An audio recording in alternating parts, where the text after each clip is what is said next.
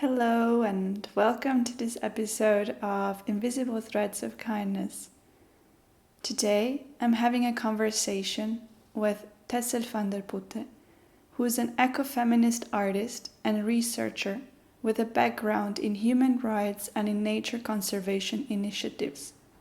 She paints abstract and figurative work that reimagines worlds of deep connectivity, femininity, and mutual dependence. Her work is informed and inspired by bodies of water, resulting in a distinct style in which spaces are never void, merging and interflowing with form and the physical, often in high contrasting colors and lights. Each painting serves as a reminder of our connection to the natural world that exists both around and within us. Tessel has exhibited her work across the Netherlands and has 2 publications in her name, both research related to climate change, water, and human rights. And I am fully enjoying sharing with you this episode and this conversation.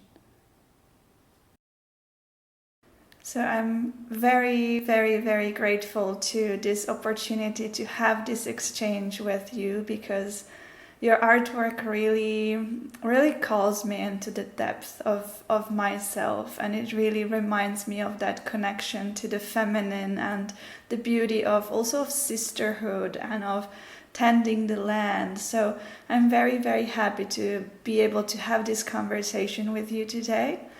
And something that I would like to start with is maybe yourself, introducing yourself a little bit, like your practice, what you're doing, and also kind of running into what is your inspiration to everything that you create. Yes, sure. Well, thank you so much for having me, Bodhi. It's really nice to always talk with you, and I love connecting about these things that I know both of us work with, and it's important in our life at the moment. I always find it kind of interesting to sort of work with the word of inspiration because as much as it's like a beautiful word, I always feel like I'm sort of like exotifying like little bits and pieces within my surroundings or in my world about the things that inspire me.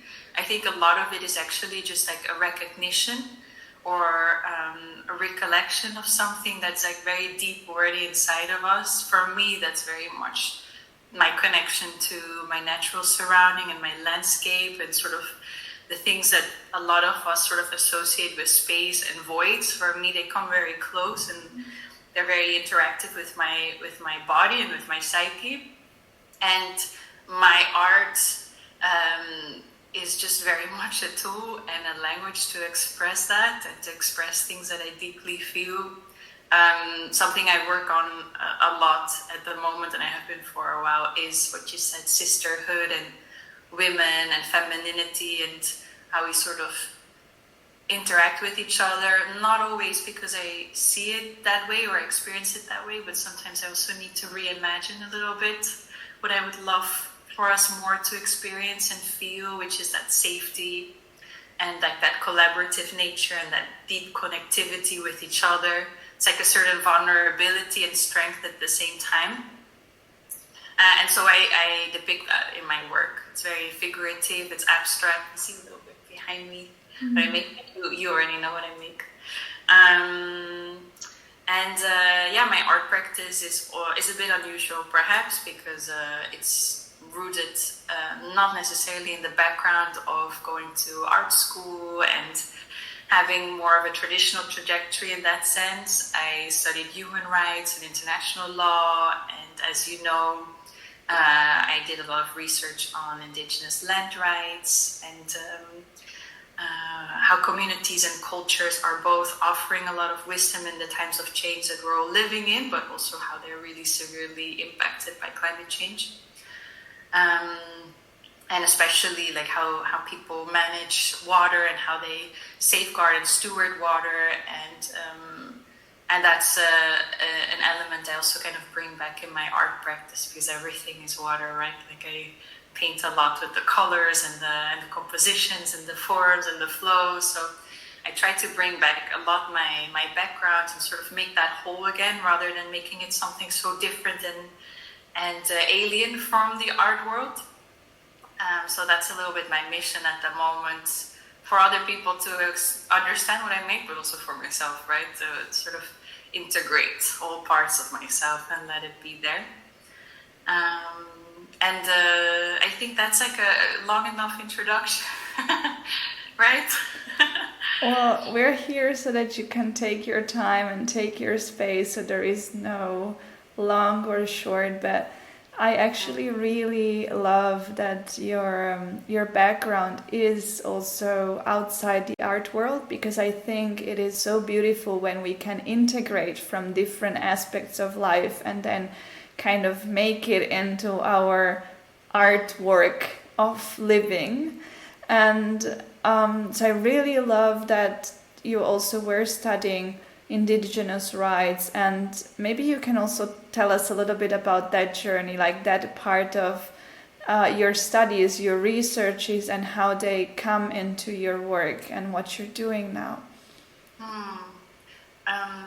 Yeah, thank you for asking. It's a big one, to be honest. I am not Indigenous. I don't identify as Indigenous. I was brought up in the Netherlands, like the land below sea level, and we don't really have that, in my experience, that very deep connection in which we sort of feel very much a connection to our ancestors that lived here, or that we experience this kinship that's very much based on reciprocity and respect and love and memory. I feel like in certain ways we have it maybe a little bit with the seasons in like a nostalgic way, but it's very thinned out. And I think this is an experience that we all deep down really crave and long for. I think we all need that belonging and knowing that we're in our place, and knowing that it's all already there. We're all really connected to the very fiber that we're made of, which is the water, which is the soil, which is the vegetation and everything around us, where we're born and created, right? So I think this is a feeling that has always sort of lived on in me. And then when I went to study and I got to understand more about different ways in which people experience the world and look at the world, and our rights associated with it, I was really drawn to sort of like the Indigenous lens, which is incredibly broad because there's many Indigenous cultures around the world. Not so many anymore in Europe, actually, though there are a few in like the Sampi area in the north, for example, and Scandinavian countries, parts of Russia. But overall, there is this lens and this experience in which, for me, there's a lot of medicine in terms of what I've been missing and what I feel like the society around me here in the West, in Europe, is missing. And that lens that goes really deep, it goes really into our ways of experiencing our body and other bodies, its language, it's our perception of ownership, rather, like, I feel like something I really came across in a lot of my research is that ownership is a very strange sort of capitalist Western world word in our world, and it has really shaped our dynamics with people and nature around us, rather than having maybe a relationship in the first place, a kinship, a responsibility, something that's a lot more reciprocal, which makes a lot more sense in the natural world to experience, life and living entities around you that way, whether I'm talking about trees or animals or even rivers, makes a lot more sense to just fully adore and accept and respect these entities for what they are and like their own life flows and right to exist, and sort of work with that from that perspective, rather than maybe more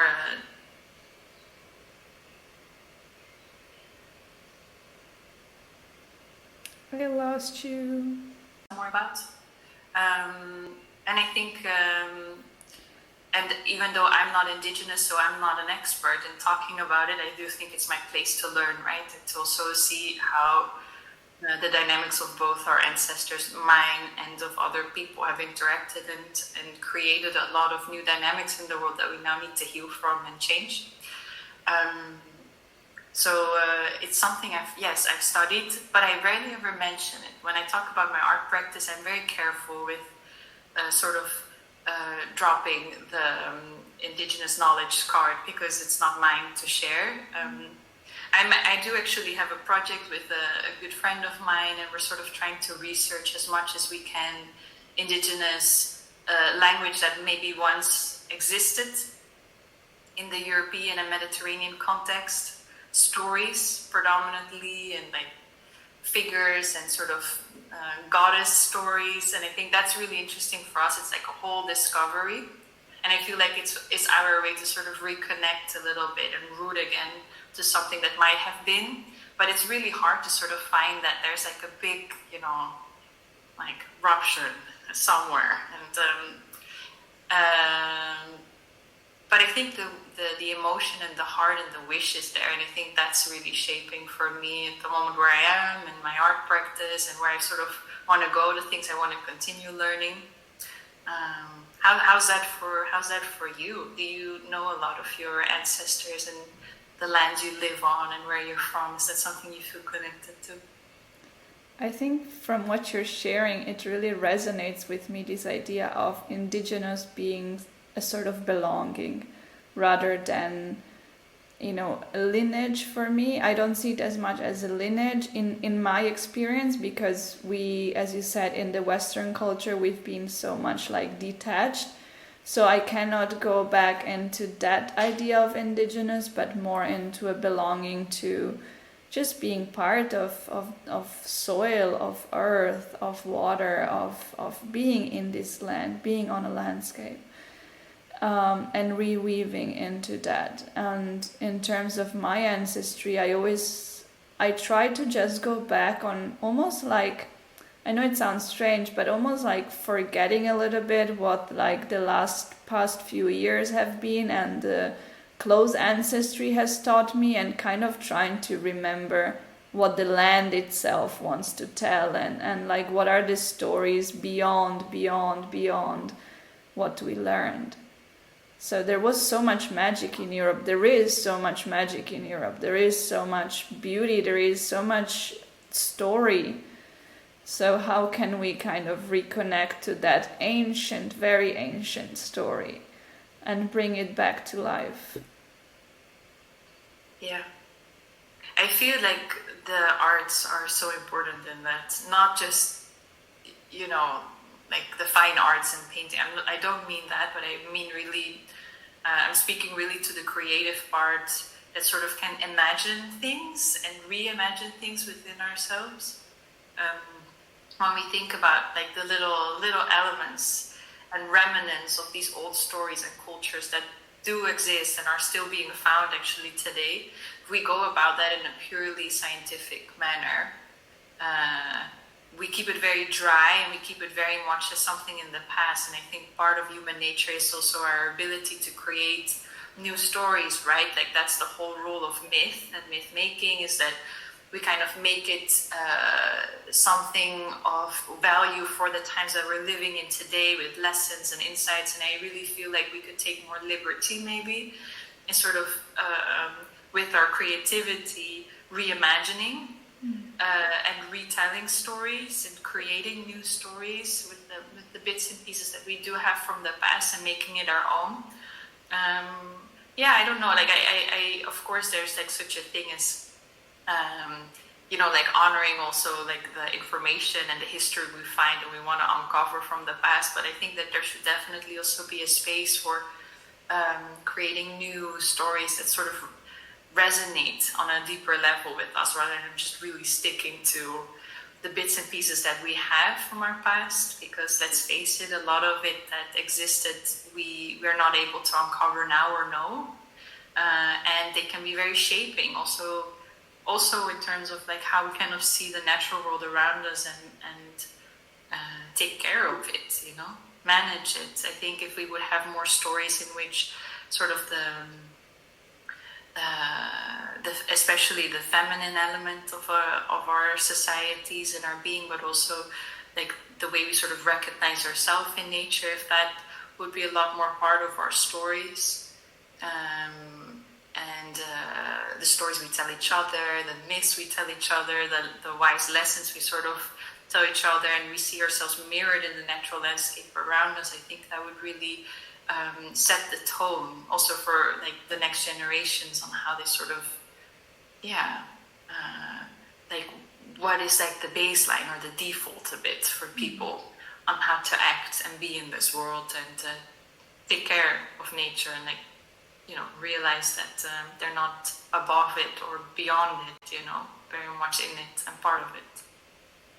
Yes, I appreciate that reflection, and I also think it's about reweaving the stories of the non-human and of like the perspectives that are beyond. So what is the perspective of the land itself? What can the rivers tell you? What can the sea tell you? What can all these other elements, the rocks, the plants? And I think a lot for me goes into thinking of ancestors and indigenous aspects in that sense of like what is most indigenous is the land itself, is the trees, is the plants. They have been there for very long, and they have a lot of stories to tell. And I love that you're working with water, because water has this power of memory, has this remembrance. I mean, water carries all the information. It's such a powerful tool. So, and I'd love to hear more for you. What does water mean to you?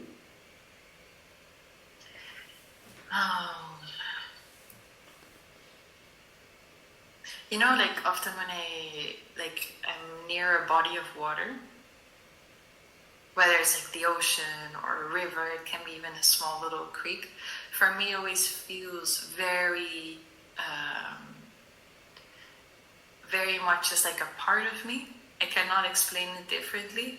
It feels like something very sacred and magical and playful and healing, but at the same time, it feels like there's some aliveness in it that I really sort of can feel in my body. I love, for that reason, also to sort of be in bodies of water, to like swim in it, dip my toes in it, even if it's like really cold, or like just like touch it, feel it, look at it. For me, it is like a bit like, can maybe describe it as like the interaction you sometimes have with your own body in a mirror, or the way you sort of like have something that's like maybe a bit far from you, like even like, you know, your feet or your toes are kind of far from your head and from where you're looking, but it feels like it's part of you, you know. Water has always done that for me, but beyond that, I feel like, you know, if there should ever be like a religion that makes a lot of sense to me, it should be like the revering of water, because water is essentially in everything that's alive. It's part of us all, and it's constantly in movement. And it's like this exchange of the water, like the water that is in my body and in my cells, and that one day will become part of the ocean again, and it will be rain and in the atmosphere and in the trees and the food I eat, and it just this continuous cycle. As I'm alive, I don't have to even, you know, fully like die for that to happen. Like it's already happening when I'm alive, and in all the years on the earth, I am sharing that water with nature around me, with others, with the ocean, the river. So and it's very healing, it's life-giving, it's cleaning, it is also destroying, it's everything, right? So for me, the whole element of water just feels like a very ancient, wise body, and I think it's just always present, sometimes in me, sometimes in your body, in you right now, in like our surroundings. And I think it's a beautiful reminder of where we're from and where we're going, you know. And water does that for me, and it's sometimes even hard to explain it in words.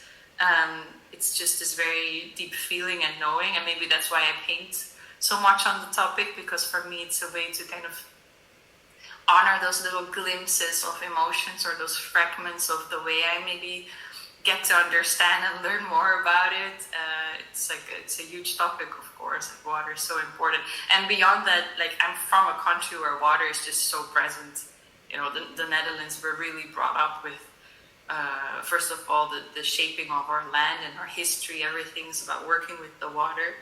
Where, as I earlier said, like a country that's below sea level and water is just always there, both as like a threat in a way, but also something that we're very proud of and happy with.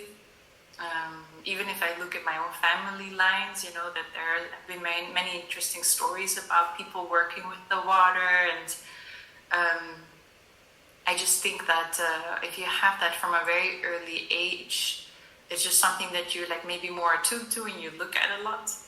And you get to really appreciate it and becomes part of your understanding and your language of the world. And yeah, I can never get enough of it. Like, whenever I'm somewhere, like, I'm the type of person that when I'm somewhere and there's beautiful water, or I see like a little creek or a river, I want to take photos, I want to be there, I want to share it with people. I'm just enamored with it, as if I'm looking at a grand temple or a cathedral. It's almost a bit obnoxious. Like, I used to live in Geneva for a while, and there was like this beautiful blue river, like the Rhône. It flows out of the Lake Léman, and it's like crazy blue in color. It's so stunning. And every time I would walk to work or I do my groceries, I would just be standing there on the side of the water thinking, like, why are people not, like, you know, taking photos and videos, and why are they not standing still or just to appreciate, take it in? It's just so gorgeous, and it's just here, you know, it's just with us. And yeah, I've definitely a thing for water, but I think it's nice. I think we all have our elements in nature that just really speak to us. For other people, it's maybe mountains or like desert, like the red sand that sort of really feels like, wow, that's really part of me. I don't know what it is for you. I can imagine a little bit, but yeah, I mean, I love that, and it's like, it's about that feeling of awe. I think it's about that feeling wherever you feel like you're really deeply connected and deeply flowing. Also, it's like this creative flow, and how water mirrors that, like where you're really being, I think when you look at water, you kind of really can feel that movement, and it like your thoughts kind of really melt into that, and then you're really moving with it, which is something that I really love about water. It's kind of, you can drop your thoughts into it and then just let them be carried, and even your intentions, and really talking to the waters, praying to the waters, because it is this big carrier of memory and of words. I mean, everything gets into the water. And I don't know, for me it was a big reflection, because I was trying to understand better the ecosystem where I'm living lately, which is near to Venice, and discovering, and we have a lot of water around. And what was interesting for me was, though, the parts where you really understand how this sacredness of water, the sacredness of the flow. And then I'm living around an ecosystem which basically is so anthropocentric, because it's completely artificial. Like, even Venice itself is a completely artifice. Like, it's blocking the natural flow of waters, because it should either become completely like the lagoon should either be completely taken away from the sea, or it should become earth, land. So it's not meant to stay a lagoon. There is no way. Like, that's kind of blocking the natural movement and transition of a space that is just transitional. So it got me also a lot of thinking, like, and to make that, we're deviating rivers. So we're actually, as a human species, we've been changing the course of the rivers. We've been changing the way the sea interacts with the lands, so that we can preserve areas just for the human, and to also change the course of the rivers so that we can have more water for the crops. And this is something that I also think about a lot when I think about water, and maybe also the necessity to protect the waters in a different way. Like, what does it mean letting them be a bit more wild? Like the same, like the feminine, how can we rewild that aspect and allow for ecosystems to really thrive? Because what is happening, for example, around here, and I mean, this is probably happening in a lot of places in the world, is that it's completely disrupting the natural organic flow of things, and it's creating pollution, it's creating other problems. So it really makes me think, how we're all connected to that, and at the same time how we need to sometimes let go, like not appropriate the water. Like you were saying, how can we consider ownership?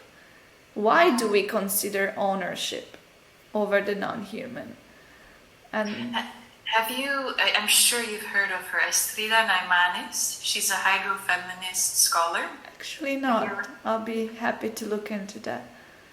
I think you would find it very interesting because among the many beautiful things she writes and stories she retells, she makes the relationship between the way we do exactly these things, that we kind of manage and control the water to the extent that it's just unhealthy. I'm sure it's in a way also unhealthy for humans, by the way, but like really for the larger ecosystems that the water is part of, and flows through.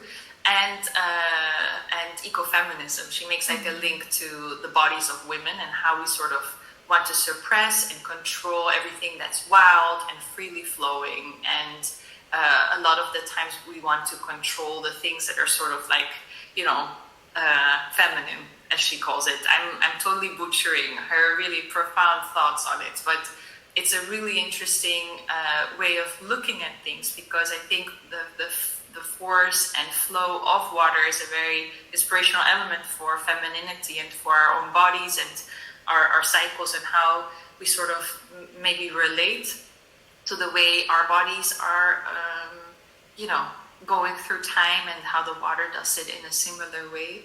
And how we sort of maybe find ourselves also in ways that we want to be, take up more space and be freely flowing, and maybe not be so rigid and like, straight in lines with concrete on the side of the walls. And maybe we want to sort of overflow and be softer and have like these edges with like wild nature, and like maybe not so super structured, but more healthy for like the overall systems that we're in and that are healthy for us. What I really like about what you said is that, maybe we do need to like actually look at that in a more critical way, that the waters in, let's say, Europe, because we're both living in Europe, like, can we count the amount of wild rivers that still exist? I don't think we have any anymore. I think we have the 𝘒𝘯𝘳, which people had to fight for with their lives to keep at least parts of it wild and freely flowing. But what does that say about us, about our mindset, and about our relationship to these sacred waters, that we cannot let the water just breathe and flow freely, that we sort of want to control its bedding, and if we would maybe change that, how would that bring back something, create something really healthy and new for us? I'm a big supporter also of the rights of nature movement. I wish we didn't need it in such legal terms, but it's just the way it is that somehow we need very active mechanisms to protect the entity of water and like its right to exist and flow freely and to be healthy in and of itself, not just as like a property and something to exploit by humans in the service of humans, but just purely for itself and the ecosystem it is.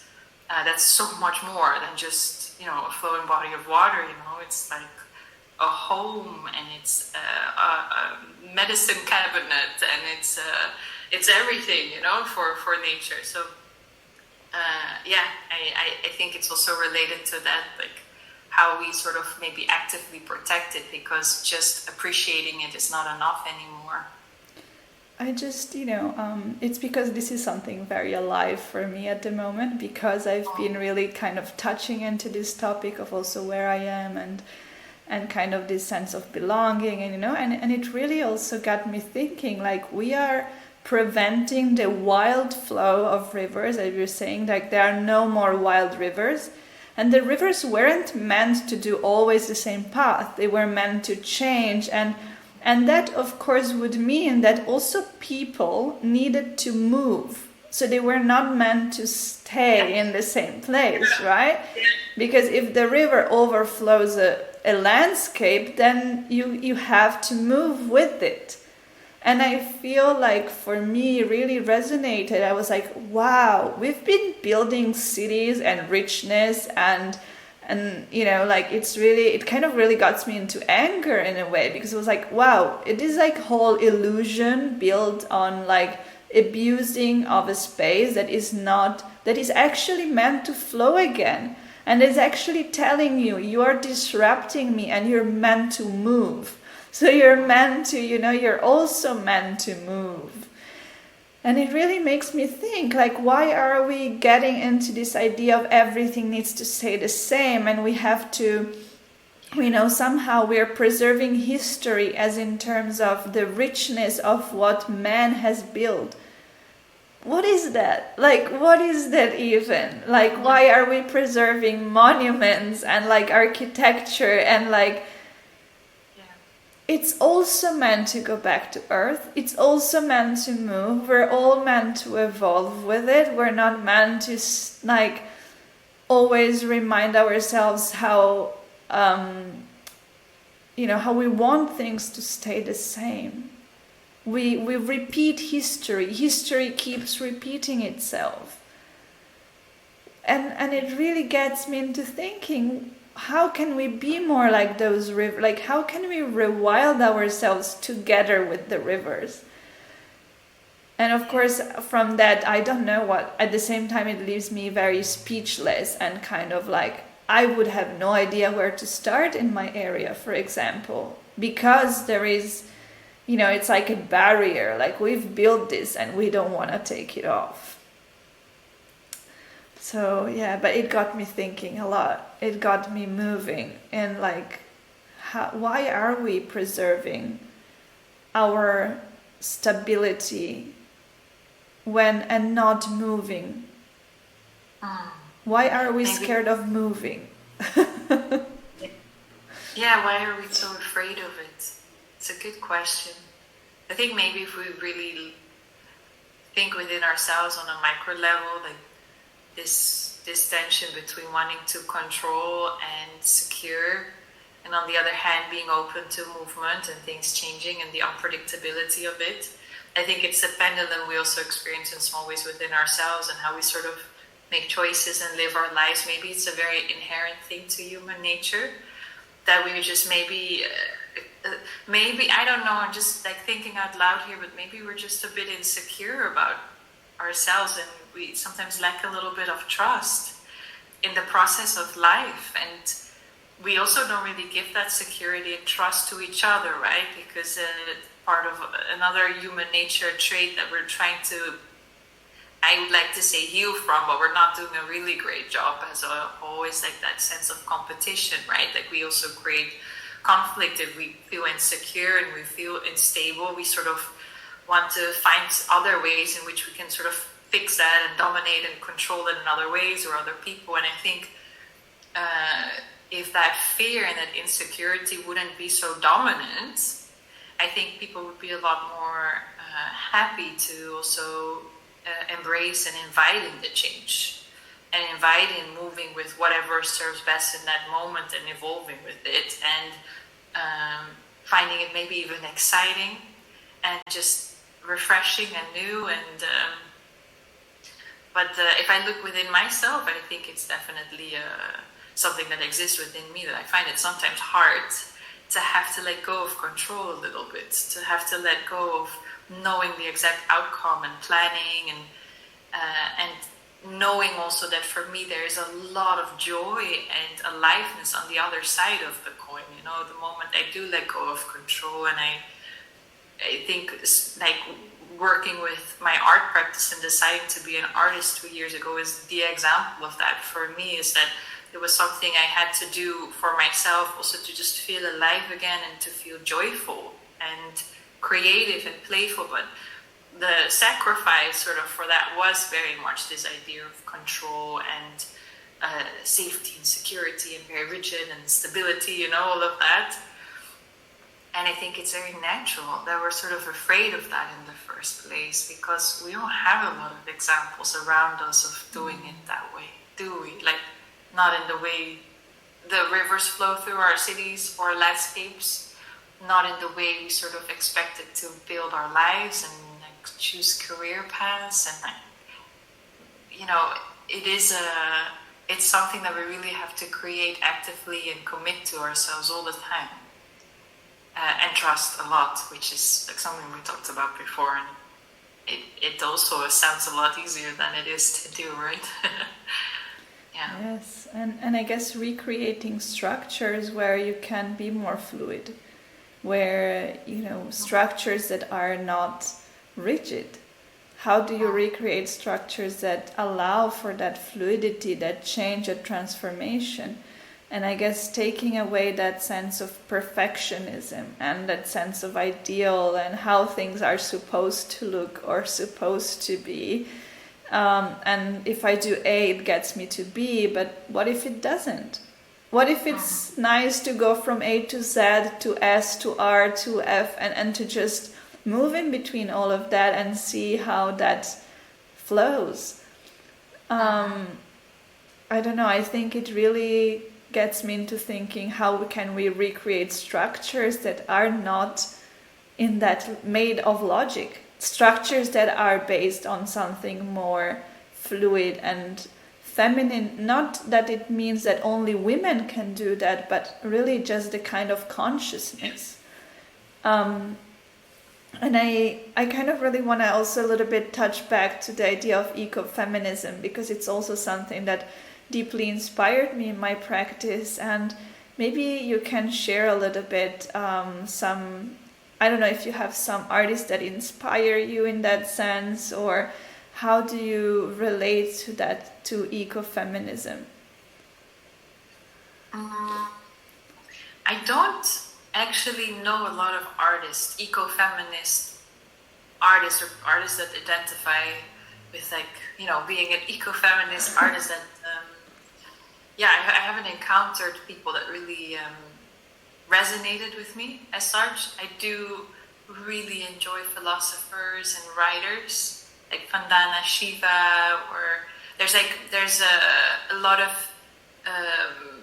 you know, sort of like books I've been reading in which I recognize parts of it. I don't know if the women predominantly that write like really proclaim themselves to be ecofeminists, but I definitely recognize it in, like, you know, Pinkola Estes, we talked about it, maybe even Sharon Blakey or Robin Wall Kimmerer. I feel very much that what they're all sort of pointing to is this essence of wholeness, and that we just also can remember and remember that it's like that. It's not something that we have to recreate and like make again. It is already there, and it's just something to sort of go back to and appreciate and nurture. I also really appreciate a lot from their practice and their writing that they're talking a lot about the heart and sort of leading with like our body's knowledge and intuition, and not letting like the head take over so much on everything. It's not everything, you know, like it's amazing we have this brain and this rational thinking. I'm very happy with my brain, but it's not everything, right? Like there's a lot more ancient wisdom that actually should like be leading the head more than the other way around. And then when we really look at sort of like the term of ecofeminism, of course, what we're looking at is like patterns of, you know, what we were talking about earlier, the way we sort of engage with our environment and perceive the value of our environment, the control and oppressions oftentimes of our environment, and how this pattern is something that comes back in the body of women. For me personally, I always feel a little bit guilty after saying that, because for me it's not only about the body of women, for me it's very much about anything that has a feminine association, and that can also very much exist within the masculine body or the non-binary body, just bodies in general, that experience certain things that we associate with the feminine, whether that's like softness, vulnerability, nurturing elements, relationships built on relatability or kinship rather than control or hierarchy. All of these things that are consciously or unconsciously associated with something feminine, I feel like are often having a really hard time in our world being valued and appreciated and also just noticed, like given space. And maybe that's why I'm just so obsessed with always, depicting and painting bodies that are doing all of that, like they are oftentimes quite androgynous. I mean, just to make it simpler, I paint female figures or women, but very often they're androgynous, like they don't necessarily have that gender to them. And they're all incredibly vulnerable in their being. Like I paint the nude, that's vulnerability, but also paint like a certain softness and bodies leaning in on each other, becoming part of each other. All of that, for me, that is something that is so important and so lacking in our value systems, in our way we really prioritize that. And it's so important for our human aliveness, so to say, living a life without being vulnerable, without nurturing others, nurturing ourselves, showing that compassion and that softness and that interdependence is just very mechanical. And we're not machines, like we are humans with a soul and a spirit and a heart, and we have to let that live too. So this is something I very much find in ecofeminism, because I am not particularly interested in making the separation so much between the human body and the more than human world. And I feel like this allows me to sort of make that whole separation very ambiguous, to make those patterns very visual and visible, and play with it a little bit and see what happens, what people see in it. Because I don't think a lot of people are very familiar with the term ecofeminism, and they don't have to be, but the emotion and the feeling behind it, that's something that I'm trying to portray, and I hope that people sort of feel and take from it when they see my work. Yeah. So you said a lot of very deep like you touched on very deep topics that I think are very important, and when I think about ecofeminism, what I like about it, it's not about the feminine by itself, as you were saying. It's just about a sensation. It's just about going into that space of receptivity, of vulnerability, and that connection that the feminine part of us has, and what she receives in whatever gender you're in. Like there is a part of us inherently that is feminine, and what is she receiving, and how do we relate to her? That is related to our mothers, our sisters, our in that sense, in the human part, but also the earth and all those aspects of the feminine within the earth. And I like what you said also about the naked body, and how that over the years has been portrayed very different ways, and how we really need women and feminine beings. And I mean it also from men, like please men, if you have a feminine sensitivity, rise up, to really bring out that very delicate, sensitive, like empathic aspect, to portray the nakedness, to portray that space of deep, deep, deep transparency and honesty. And and I find it very interesting, the bodies that you depict, because they are, you can't categorize them. You can't say this is one thing or the other. And I think that's also what is so beautiful. It's very primal. It's very archetypal. It becomes very universal and symbolical in that sense. Oh, thank you. That's beautifully phrased. Thank you. Yeah, I love talking about this because, and I think we need to talk about it more. What the naked body really means for people, because especially when we have the feminine features in the female naked body, it has so much connotation with something that for me as a woman, I don't have. You know, like I sometimes even forget like what people might experience when they see the nudes I paint, that they think, oh, it's sexualized or it's objectified, or like, you know, they have like still that. For me, that doesn't even exist. Like, it's not even part of like my whole art process. But it's something we need to talk about more because, yeah, we're very used in our art history and in public spaces. The moment we see a female body, for some reason, very often naked, like for no reason. Like, I've seen statues of the naked female body, beautiful, in like churches, in libraries, in government spaces, and like everyone else is dressed except for the women. They're just naked. They're like, what are we signaling here about the presence of women in these spaces? Like, and often they're like, well, I think I get safe to say that most of the time they're also made by like the male gaze, by a male artist, you know, to be enjoyed by the male gaze and the male audience. And so when we sort of look at the presence of the body, whether she's nude or like sort of dressed or half dressed, you know, there's something to really uncover there and change for us, and also to really make sure we give our own experience to and our own sort of energy and vibe, you know, like what do we want people to feel when they see it, and which story do we want to tell. And I think it's about time, you know, like that we change that, because I don't want it to be like that. I don't want people to sort of see a female nude or like our bodies in art or whatever space and right away make that connotation with something passive or sexual or objectified, because it is incredibly powerful, the female body. It's literally the body that can hold and create life and birth life, and it can be so soft and so strong at the same time, so resilient.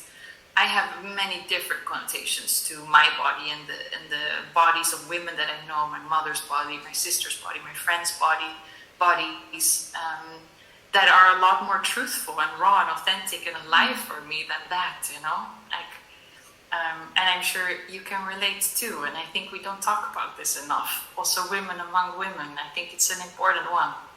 Because those like cultural like little hints and seeds that we get growing up in cities, in places, and the things we're fed in our visual language, it does start to really become like this garden inside of us, and it grows, and we have to then see where did the seeds come from, and maybe how do we want to plant it in a way that feels more truthful to us, and we can change it. Yes.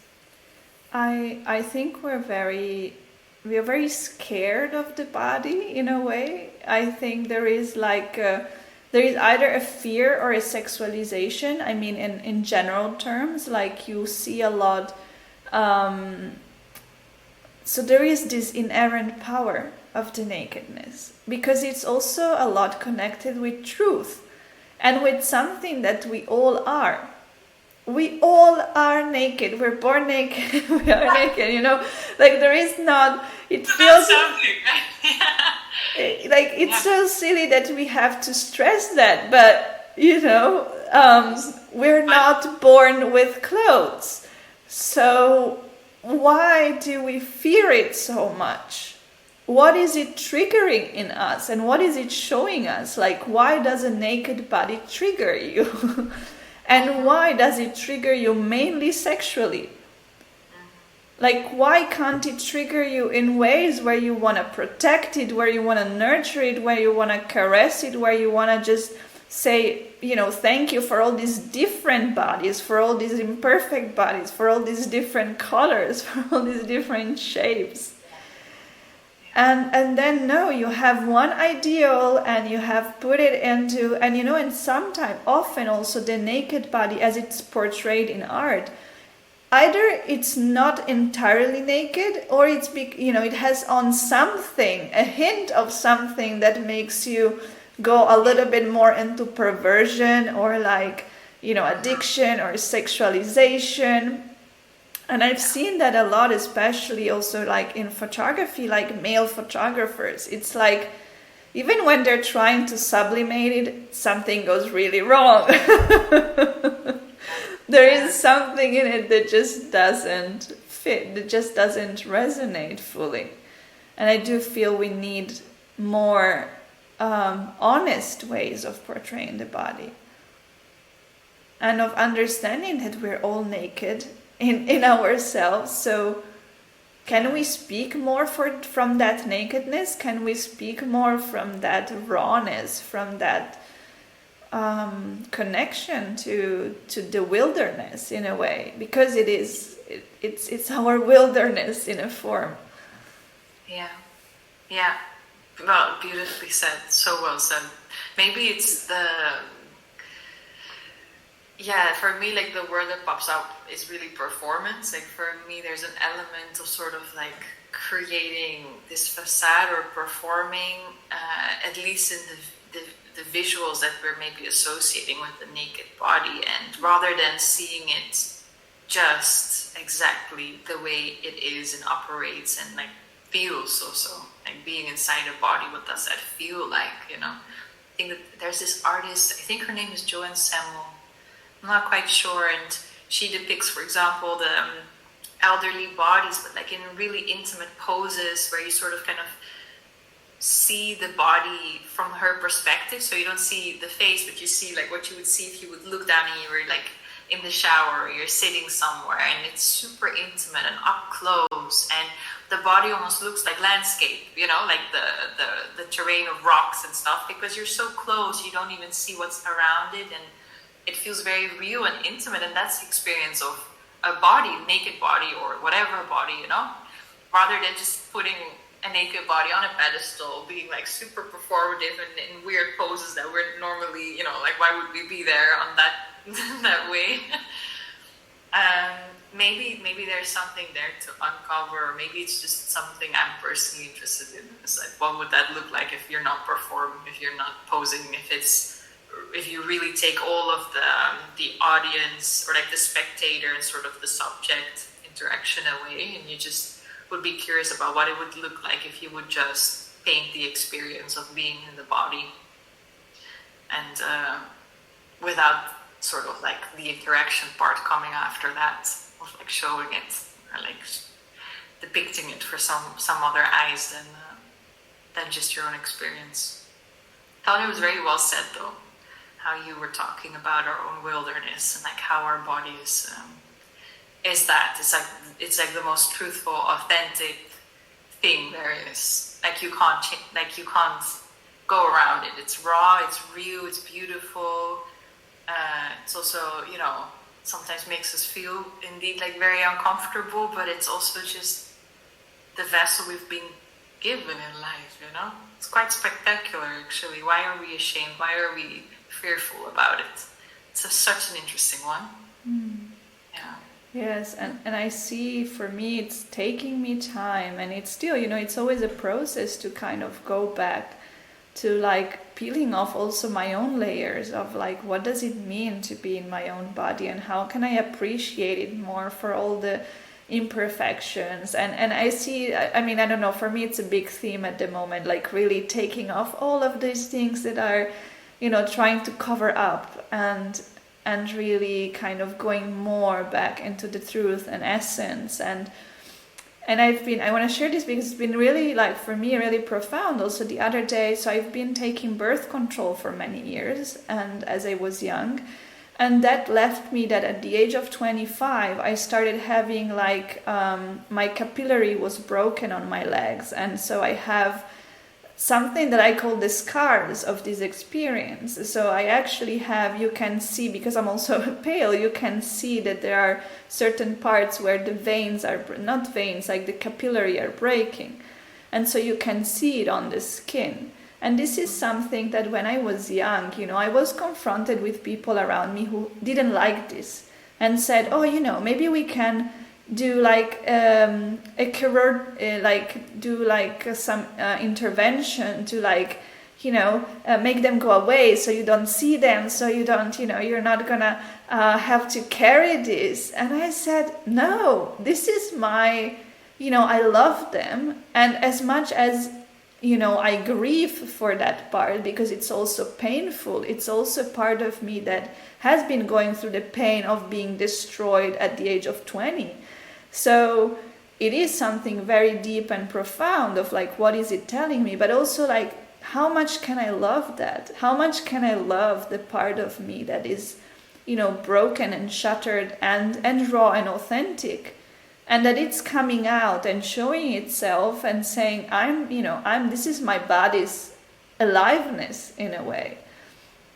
And kind of, I don't know, I share that because I feel like it's also very much related to, how do we talk to our body and to the parts that are, maybe they have been suppressed, maybe they've been distorted, and we all come from a system, or like most of us, most of those who are listening to this are coming from a system that has been distorting and oppressing and abusing.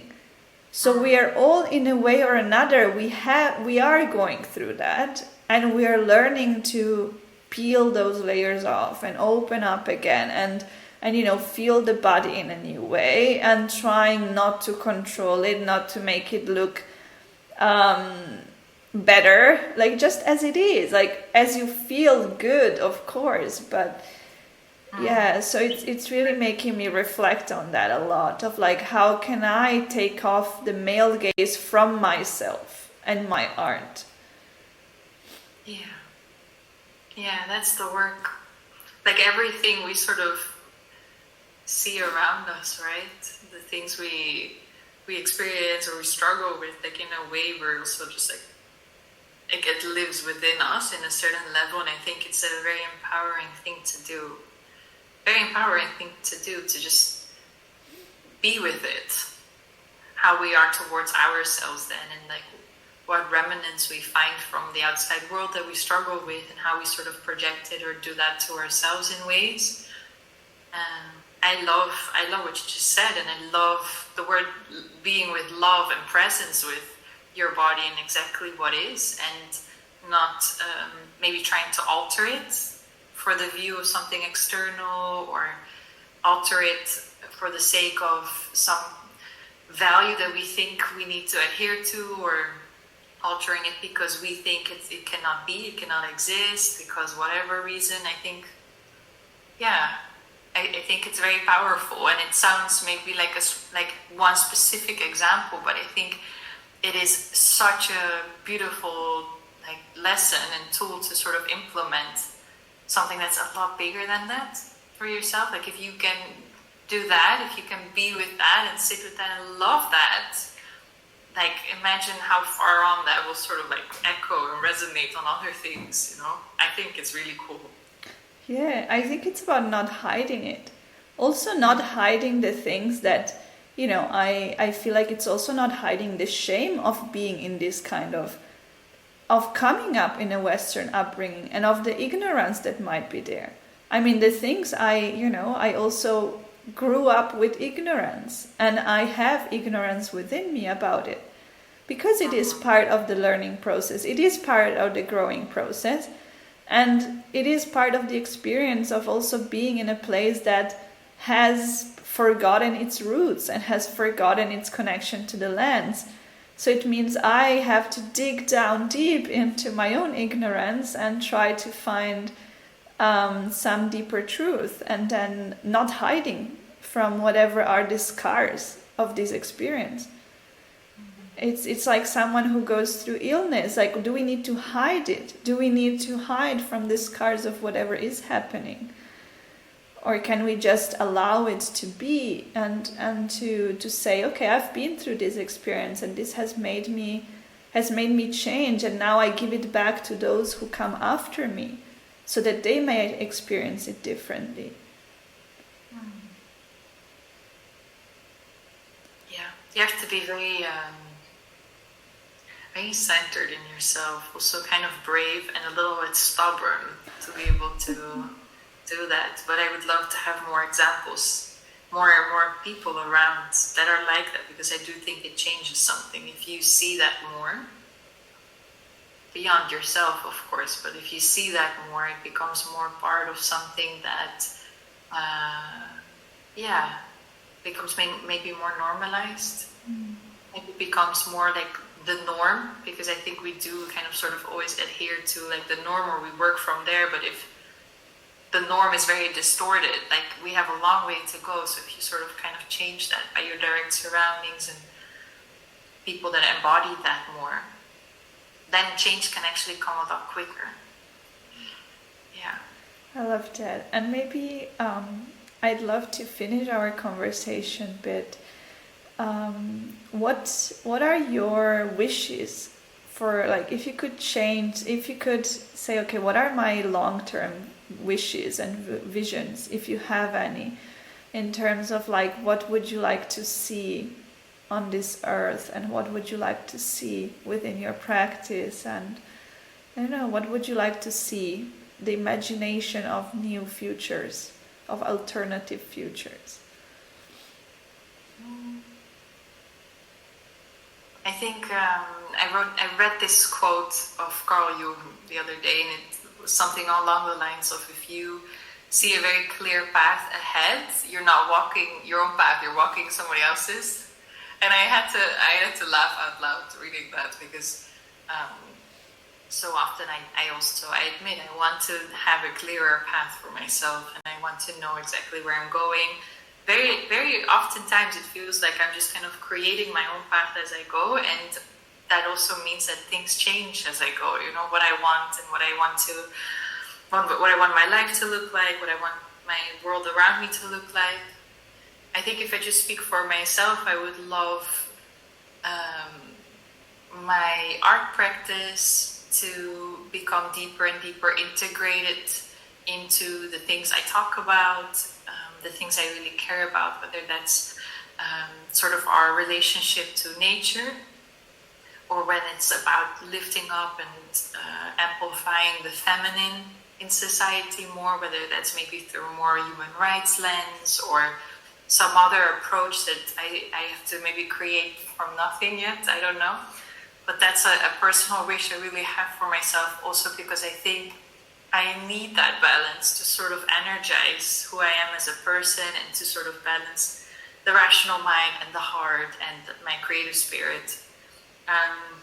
And I hope that will sort of do something good, you know. I think it's really important that through our work and our activities in life, that we sort of do things that are beneficial for our surroundings or for other people, just beyond the fact that it's good to do things that make you joyful and happy, because that's really important too. But to make it worthwhile, to make it worth something for others. And I think for the world overall, I really, really wish for our world to start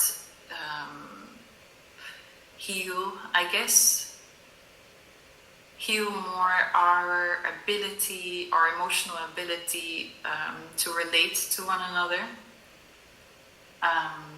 to take responsibility over our own emotions, and to become very aware that relationships are everything. They are not a luxury or a secondary thing in some kind of, you know, survival hierarchy. Relationships are everything, and like making ourselves and future generations more emotionally intelligent and aware, and working with our relationships towards ourselves, towards people, towards our surroundings, is going to be really the very foundation we can make lasting change on, and to do things better. Because I do think that our world comes from a very traumatizing past. Wherever you go in the world, there has been so much hurt and separation,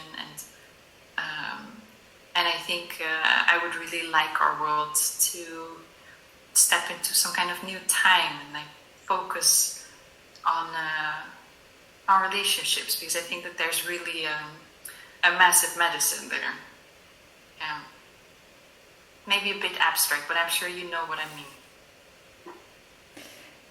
I think it's, I just wanted to send this intention. I think we're also on a new moon, so it's nice to send new intentions. And I do really agree with you on the importance of relationship with everything. And in that sense, I'm also very, very grateful to this connection and to the opportunity to exchange. It's always so enriching to have this dialogue. And so I thank you really wholeheartedly for your presence and for your sharings and your art, which is deeply inspiring. And I hope everyone gets to really dive deeper into what you're creating and learn from it as it, to be this resonating beauty into the world.